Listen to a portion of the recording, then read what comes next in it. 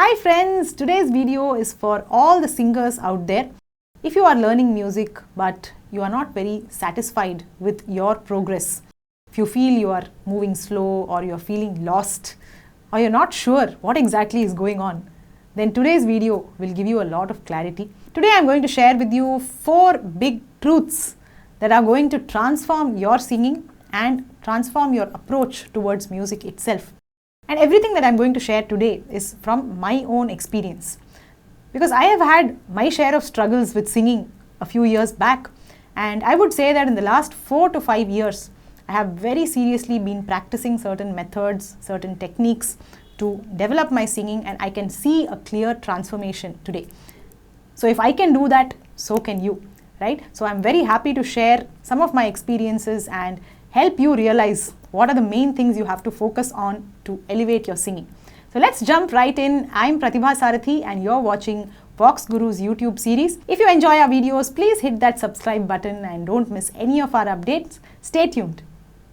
The first truth is focus on quality, not quantity of practice.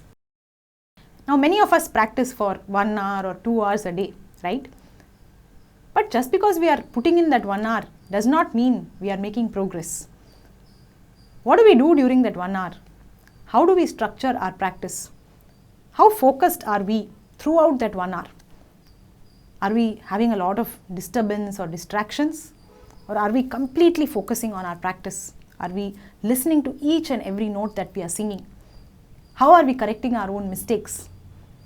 How many times we are repeating a certain line? All of this actually makes a difference. I see many people who tell me that they practice music either while driving or while cooking or while doing something else. Well, that is okay for an add-on, that is an extra bonus as you call it. But that cannot be your only practice, right? Your main practice has to be with a lot of privacy. You need to have your own space. You need to be completely focused without any distraction. No phones, no people around, nothing. Only if you do that, you will be absorbing the maximum content out of that practice session. Otherwise, your practice will be very superficial. You will be putting in the hours, but you will not see the results. So if you want to see results, first of all, make sure that you set aside that dedicated time every day for your practice and make sure you're completely undisturbed and uninterrupted during that time. The second truth is convert your dreams into goals. Many of us have grand dreams about becoming a great singer, right? We imagine ourselves on this big stage. We imagine an auditorium full of people. Have you ever had that mental image in your mind? Well, you can definitely achieve that, but only if you convert your dreams into goals. Dreams are very abstract. It comes from our emotions. But goals, that is what is actually going to help us in achieving our dream, right? Because goals are more specific.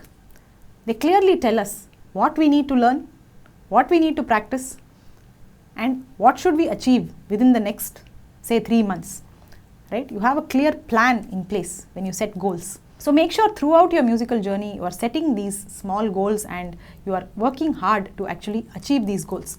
Don't get distracted by your final dream.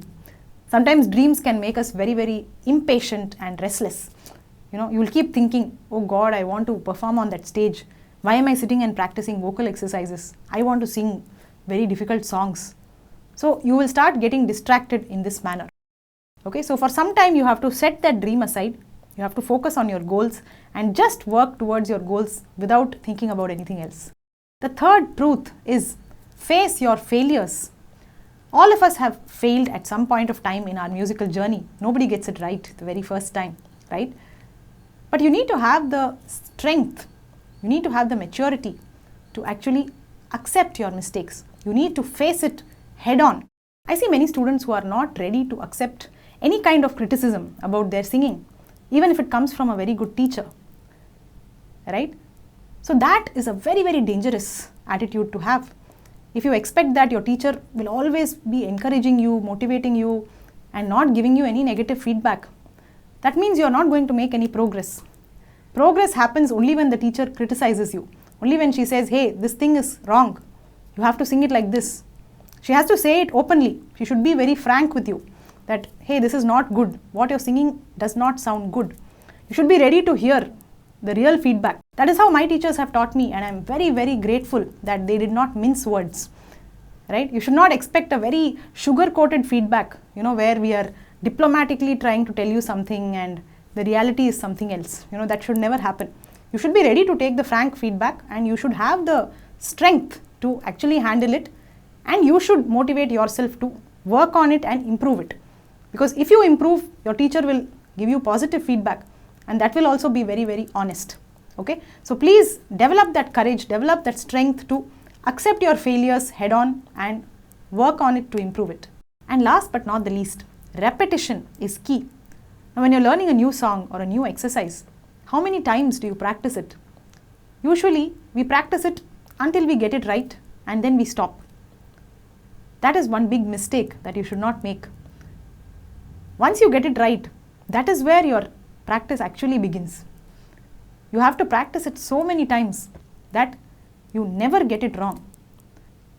Right? So until then you have to keep practicing, and anytime, even if I wake you up in your sleep and ask you to sing that, you should sing it perfectly. So to that extent, it has to be nailed into your brain so that you never ever go wrong with it.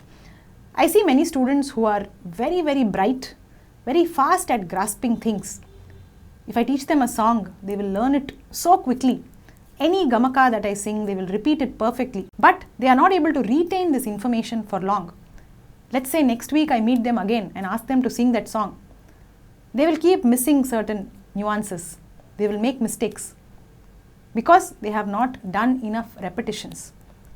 Okay, so repetition is the main game changer. It can really transform the way you sing and the way you understand music, and ultimately whatever you sing has to be very effortless. Right? You should not be trying to remember this gamaka, that note, this and that, right? When you sing, it has to just flow out effortlessly. And when will that happen? Only when the music becomes part of your muscle memory, right? It has to become as natural as, say, walking or breathing or anything like that, right? It should become involuntary. Only then the music will sound effortless. So to that extent, you have to do the repetitions. I know it feels boring at times, but if you are really alert, if you focus a lot each time, you will actually find that in every repetition, there is something more to learn. Hope you enjoyed this video and will start following these practices in your musical journey. I know many of these things might sound a little obvious, but it is these obvious things that we often miss out on, and this is what sets us back in our progress. So if you want further guidance in your musical journey and you want to get on that systematic learning path, then please join VoxGuru's live Carnatic curriculum. We also have a voice culture course in case you're interested in developing your vocal technique. So either ways, just drop us a WhatsApp message. I have shared the link in the description, and we will be happy to discuss with you and understand what your expectations are, and accordingly we will suggest the right course for you. And even if you have already learnt music in the past, you are most welcome to join. So we'll do a quick voice assessment and we will suggest which would be the right course for you to resume from. So I'll be eagerly waiting to hear from you, and don't forget to download the VoxGuru app, where you can explore a lot of self-learning course material there, right from Carnatic to Hindustani to ear training, voice culture, and a lot more. You will find plenty of resources and very engaging video-based courses to learn from. So please go explore that, and I'll be waiting for that WhatsApp message. Take care.